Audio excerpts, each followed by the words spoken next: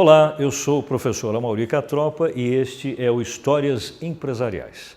Cada semana eu trago para você um case real de empresas e seus mercados com seus produtos e suas marcas. Uma forma de ilustrar para você como ações estratégicas corporativas podem, na prática, explicar conceitos acadêmicos da teoria. O nosso tema de hoje vai mostrar um dilema organizacional importante. Qual a melhor escolha para uma empresa? Embarcar em mudanças que já estão acontecendo no mercado ou criando mudanças próprias de seu interesse? Para explicar isso, o nosso case de hoje vai falar sobre o mercado de pães industrializados no Brasil. Vamos falar daqueles dois conceitos teóricos em primeiro lugar. Qual é a diferença entre embarcar em mudanças ou criar mudanças sob o aspecto de decisões que uma empresa deva tomar? No primeiro caso, para simplificar um pouco a ideia, embarcar em mudanças significaria a empresa tentar adaptar os seus produtos aos seus clientes. Já criar mudanças significaria o inverso, tentar adaptar o cliente aos seus produtos ou aos seus serviços, o que sempre é um pouco mais complicado. Vou dar alguns exemplos para vocês para se entender melhor as diferenças entre os dois conceitos. Imagine, por exemplo, a função de um arquiteto. Cabe ao arquiteto fazer o quê? Ele deve procurar adaptar o produto, que é o imóvel, ao cliente. Em contrapartida, um corretor de imóveis procura adaptar o cliente ao imóvel que ele dispõe. É o inverso. O outro exemplo é o do alfaiate. Cabe a ele o quê? Tentar adaptar um produto, que é a roupa, ao cliente. Já um vendedor de roupas faz o contrário, tentar adaptar o cliente a um produto, no caso, uma roupa.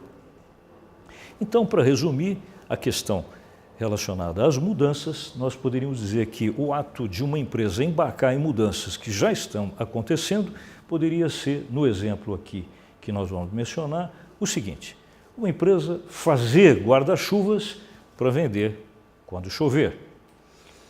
O inverso, que seria criar mudanças, significaria uma empresa tentar fazer chover para vender guarda-chuvas, o que evidentemente é muito mais complicado, muito mais difícil, mas enfim, em algumas situações muito específicas, poderia até se pensar como algo a ser procurado pelas empresas.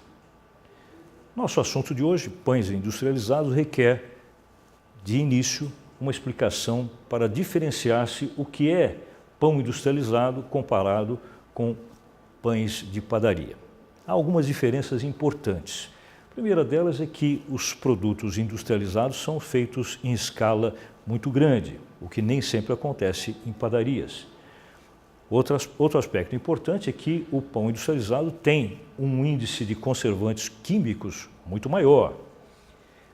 Por conta disso, a perecibilidade desses produtos, ou seja, a sua validade, acaba sendo estendida. A validade estendida, a perecibilidade reduzida. Outro aspecto importante é com relação à exposição à mídia, né? Nesse exemplo que eu quero mostrar para vocês, nessa foto, a gente vê claramente que o pão industrializado ele conserva a imagem, a memória da imagem da marca, principalmente porque, na maioria das vezes, as famílias, quando compram esse produto, ao levá-lo para o consumo na mesa, em casa, na maioria das vezes não retira o produto da embalagem. Então, a visualização da marca, ela se prolonga até o momento em que o produto é totalmente consumido em casa. Isso é uma exposição maior da marca. Já com relação ao pão de padaria, não acontece isso. Um exemplo, só para a gente fazer um pequeno exercício. Imagine que a gente vá a 3 padarias diferentes, compre pães franceses que vão ser acondicionados nessas sacolinhas com identificação de origem das padarias onde nós compramos.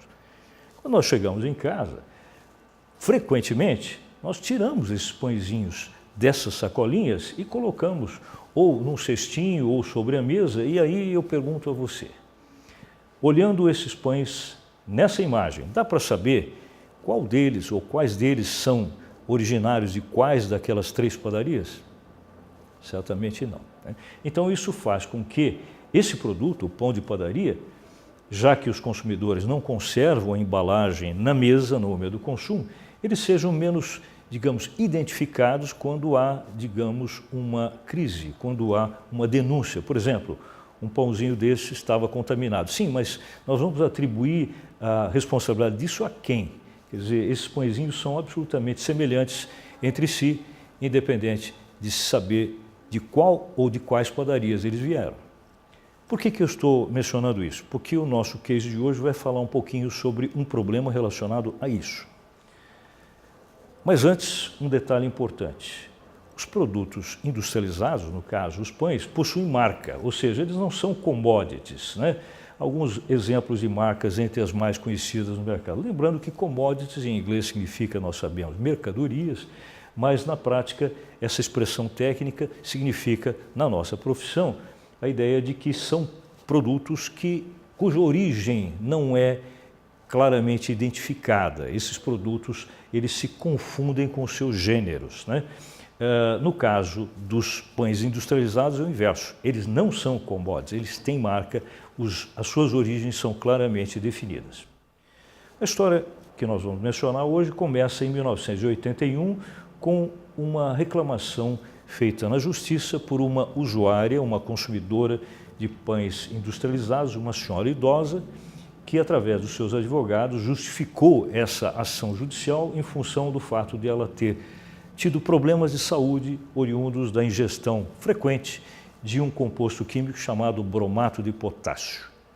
Nós vamos dizer, bem, o que isso tem a ver com pães industrializados? Primeiro, precisamos definir o que é isso, né? Bromato de potássio é um insumo que, como matéria-prima, muitas vezes é utilizado na massa de pães, sejam de padaria ou industrializados, que geram alguns efeitos sobre o pão, principalmente o de se aumentar o seu volume, dar ao miolo uma aparência mais branca, uma consistência mais firme, portanto, fatores favoráveis para estimular o cliente a se interessar pelo produto.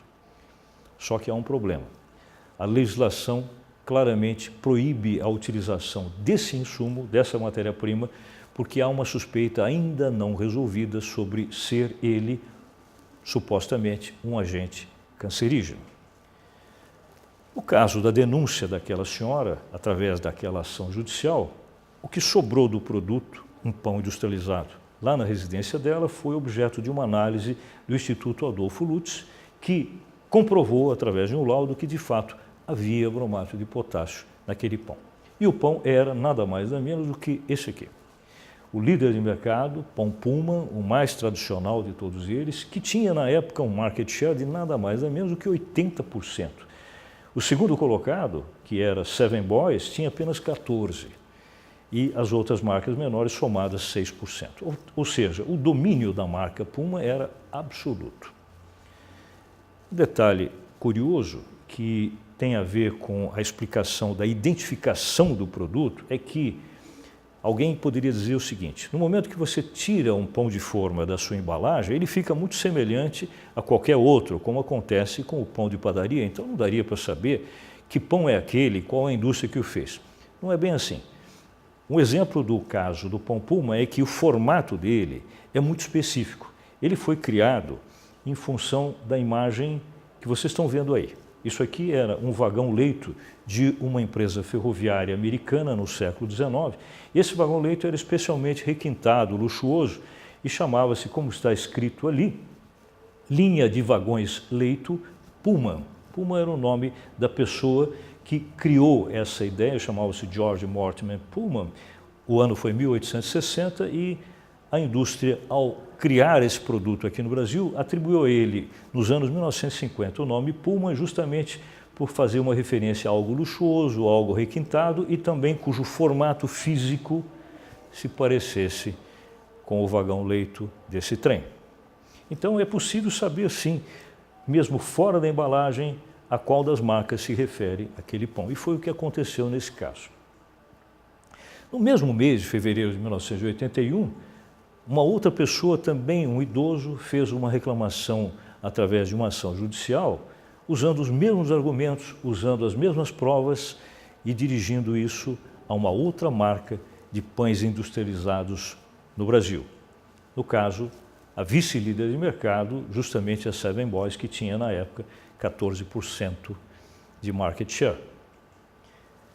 O que aconteceu logo em seguida foi que a mídia acabou explorando intensamente essas duas ações judiciais simultâneas. Em primeiro lugar, porque era a primeira vez que duas grandes indústrias do ramo eram objeto desse tipo de denúncia. E segundo, porque juntas elas tinham nada menos do que 94% do mercado. Passados alguns anos, 3 anos especificamente, esses processos se encerraram e as sentenças dos dois saíram mais ou menos ao mesmo tempo. Só que as sentenças foram diferentes. No caso do Pullman, do Pão Pullman, a sentença foi de condenação. No caso do Pão Seven Boys, a marca foi inocentada. Isso acabou gerando alterações significativas no market share, nas fatias de mercado. Basta a gente ver o seguinte: analisando os produtos envolvidos antes e depois das sentenças, nós vamos observar que, originalmente, como nós já havíamos dito, Pullman tinha 80%, Seven Boys 14% e as outras marcas juntas 6%. Depois que essas sentenças foram divulgadas, Pão Pullman, como foi considerado culpado, teve uma perda significativa e caiu para 45%, enquanto Seven Boys acabou herdando parte dessa perda porque a marca foi inocentada e passou a ser líder de mercado em função disso com 50%. E as próprias outras marcas que não estavam envolvidas na denúncia acabaram perdendo um pouquinho também a sua participação de mercado. Nós vamos agora ao ponto central dessa história, que é o seguinte: nós vamos simular que estamos numa reunião de diretoria da Pullman. E nós, perante esse evento, vamos ter que tomar uma decisão. Vocês em casa, pensem junto conosco sobre que decisões estratégicas vocês tomariam se estivesse no lugar do presidente da Pullman mediante essa crise toda. Duas alternativas que são exatamente aquelas que a gente mostrou conceitualmente no início dessa história. Uma delas seria: nós decidimos que a nossa empresa vai embarcar em mudanças que já estão acontecendo com relação a essa crise toda de mercado. Uma outra opção seria nós tentarmos criar as nossas próprias mudanças. Só para repetir, no primeiro caso seria tentarmos adaptar o produto ao cliente. No segundo caso, tentarmos adaptar o cliente ao produto. Resumindo, na primeira situação, adaptar o produto ao cliente significaria promover mudanças com ele que fossem passíveis de adaptação dele ao seu cliente, aos nossos clientes. No segundo caso, seria tentar fazer com que o cliente se acostumasse, aceitasse mudanças que estão acontecendo, mas que seriam criadas por nós.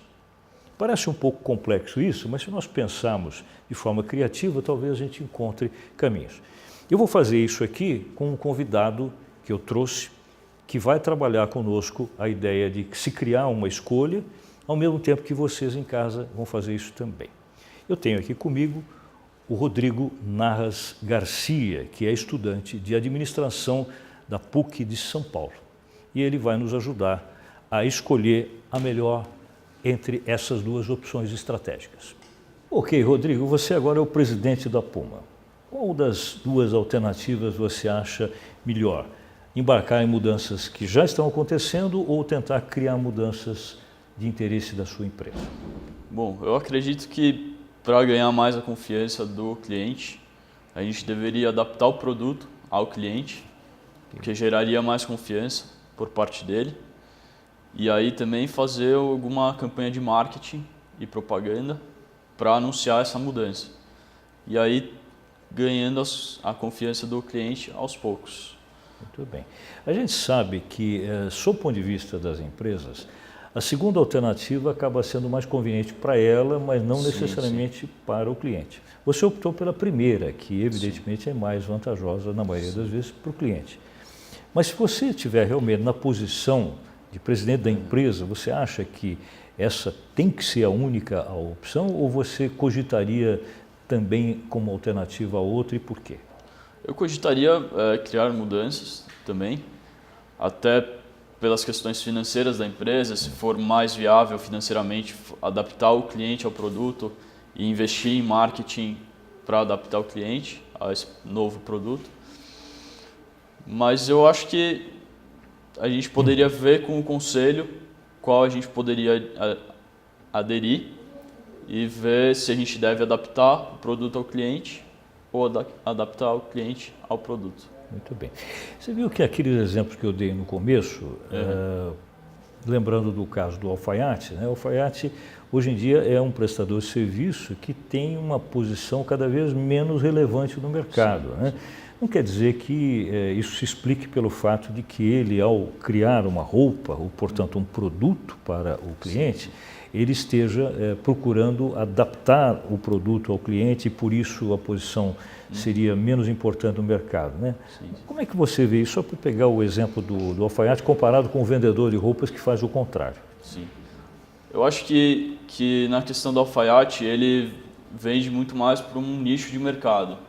Então, para pessoas que querem uma vestimenta mais social, querem um corte mais correto da roupa, enquanto as roupas que um vendedor tenta vender, elas são mais comerciais, são mais de uso diário e que as pessoas vão para comprar não com uma ideia fechada de que querem comprar uma roupa social e, enfim, elas querem comprar uma roupa mais casual. Ok. Você vê que no fundo a comparação que eu quis fazer foi a seguinte: a roupa que você compra pronta, ela é industrializada, como os pães industrializados, né? E aquela que o alfaiate faz é como o pão de padaria, né? Sim, sim. O caso do arquiteto comparado lá com um corretor de imóveis. O arquiteto faz a casa na sua medida, né? Já o corretor de imóveis, ele tem o produto, ele tenta empurrar para você. Como é que você veria isso comparado com a situação dos pães? Eu acho que o arquiteto ele seria como um padeiro. Ele tenta aderir à vontade do cliente sem a marca. Muito bem. Já o vendedor, o corretor, ele tentaria vender a casa, independente do produto que ele tem, ele tentaria vender aquilo para um futuro cliente. Muito bem. E você acha que qualquer que seja a escolha adotada, campanhas publicitárias vão ser importantes nisso ou você acha que nem tanto? Eu acredito que sim, porque você precisa anunciar de alguma forma para os clientes que estão desconfiados do produto que houve uma mudança e que esse produto não vai mais fazer mal para a saúde, enfim. Entendi. Excelente. Muito bem, bem colocadas as duas posições suas, né? Então, em função do que você mencionou, nós vamos fazer o seguinte, Rodrigo, agora eu vou mostrar para você e para os nossos telespectadores o que foi que realmente essa empresa fez, né? E vamos comparar com as suas ideias, tá bem? Então, pessoal, vamos ver agora quais foram as ações estratégicas efetivamente escolhidas pela Puma para resolver essa crise.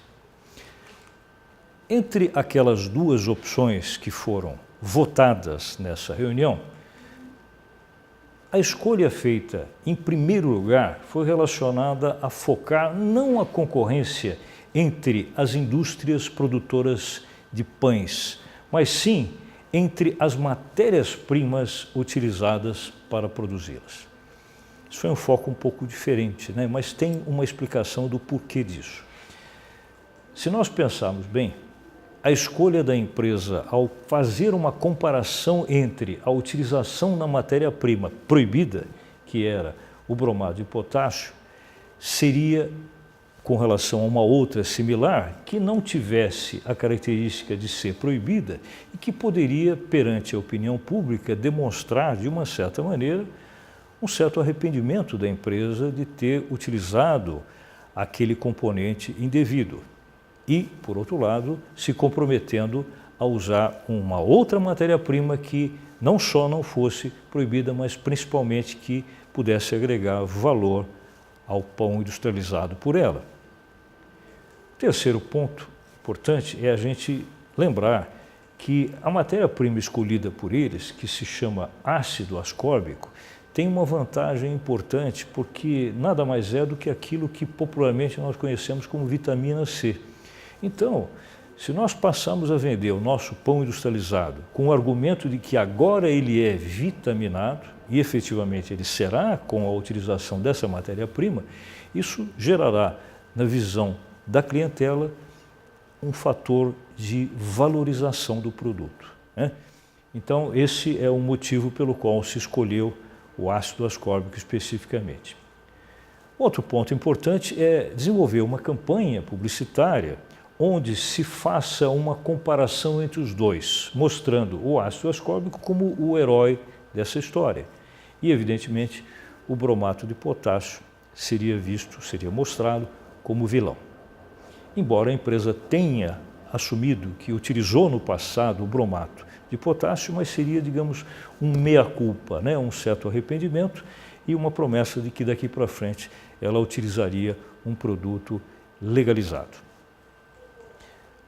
Um outro ponto importante foi que foi necessário se planejar uma negociação com a única indústria que produzia ácido ascórbico no Brasil, que era uma multinacional. Na verdade, ela nem produzia aqui, ela importava de si mesma, lá da origem, lá da sua matriz nos Estados Unidos, e revendia aqui o produto a um preço um pouco elevado face aos custos relacionados a impostos alfandegários. Então a ideia seria fazer uma negociação com essa fornecedora dessa matéria-prima, no caso o ácido ascórbico, para tentar conseguir uma promessa de que, com o aumento das encomendas ao longo do tempo, ela pudesse reduzir os preços. E, no fundo, havia até um certo interesse da Puma em convencer as empresas concorrentes dela, fabricantes de pães industrializados também, a passar a utilizar o ácido ascórbico. Isso aumentaria ainda mais a demanda por essa matéria-prima e provavelmente isso geraria uma redução de preços dela. Um ponto importante para a gente ver sempre que se analisa ações estratégicas se refere aos resultados que se obteve depois. Senão, de nada valeu a tentativa de se mudar. Nós estamos falando em mudanças, né? Olhando-se o ano passado, o ano de 2016, as fatias de mercado das indústrias de pães no Brasil mudou radicalmente. Vou mostrar para vocês aqui a posição de cada uma dessas marcas em função do grupo empresarial que as produz e as fatias de mercado que hoje elas controlam no Brasil. Em primeiro lugar, o grupo Bimbo, que não havia sido mencionado porque nessa época ele não existia um grupo mexicano que nada mais é do que o maior produtor de pães industrializados no mundo. Bimbo entrou no mercado depois dessa história que nós vimos aqui, adquirindo justamente a marca Puma, que havia perdido a liderança. E junto com essa marca adquiriu também outras duas que são importantes hoje no mercado, como Nutrela e Plusvita. Somando-se isso tudo, a fatia que o grupo Bimbo tem hoje, market share, portanto, 26%. Talvez você diga o seguinte, bom, mas para quem com a marca Puma já teve 80%, caiu para 45%, agora ter 26% parece ser uma perda. Sim, mas não podemos esquecer que esse mercado se pulverizou, quer dizer, outros players, outros concorrentes passaram a assumir parcelas maiores desse mercado. Em segundo lugar, a Vic Bold, que não aparecia aqui porque estava entre aqueles 6% das menores, mas ela cresceu em função da aquisição justamente da marca Seven Boys, que era a vice-líder de mercado. E com isso, hoje ela tem 21%. Aí você diria, poxa, mas a Seven Boys chegou a ter 50% de mercado? Sim, mas essa perda se deveu ao fato de que Seven Boys era uma empresa de propriedade de dois irmãos de origem nipônica que se separaram e na separação um deles ficou com a marca Seven Boys e o outro utilizou uma marca chamada Panko, que hoje é a terceira no mercado e tem cerca de 15%. Então isso dividiu um pouco, digamos, o domínio que a marca Seven Boys tinha. Mas esses foram os resultados que se gerou em função de todas as mudanças que nós mencionamos aqui. Resumindo, as decisões do grupo Bimbo, no caso, leia-se Pão Puma, foi de criar mudanças, ou seja, adaptar o cliente ao produto que agora utilizaria uma nova matéria-prima, no caso o ácido ascórbico, que se proporia agregar valor qualitativo à sua marca principal, que é Puma. Esse foi o nosso case de hoje, mas na próxima semana eu tenho um outro para vocês. Fique com a gente.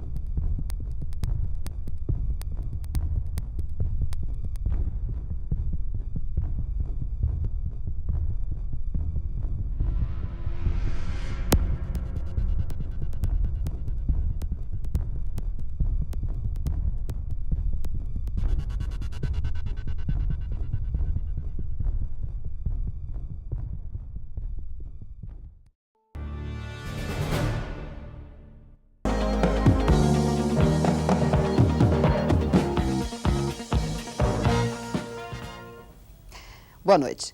10 mil cientistas participam desde hoje da 48ª reunião da SBPC, Sociedade Brasileira para o Progresso da Ciência. Este ano, a reunião é realizada na Pontifícia Universidade Católica de São Paulo. Eu acho que o segmento formador de opinião, que hoje se debate muito contra as medidas regulamentadoras do carro, ele só vai ser convencido no momento que a educação ambiental, ou seja, para a próxima geração, achar que andar de carro é careta, da mesma forma que fumar também virou careta. Quer dizer, careta quando você vai usar seu carro como instrumento que não seja para o seu trabalho. O grande desafio de uma política ambiental correta é você fazer com que fique claro quais são as opções que se tem de políticas públicas, inclusive os custos sociais. Quer dizer, aqui ninguém falou, mas o automóvel traz uma série de outros custos sociais que não foram colocados. Custos de congestionamento. Quer dizer, quanto custa para o país, quanto custa para as pessoas, horas a fio no congestionamento. Os custos de saúde que foram colocados aqui muito rapidamente, que são custos relativos tanto aos óbitos quanto às internações. A perda de hora, a perda de tempo de trabalho das pessoas. O custo de corrosão dos materiais. Quer dizer, eu acho que no Brasil nós ainda não, além dos investimentos públicos que são feitos para permitir o uso do automóvel.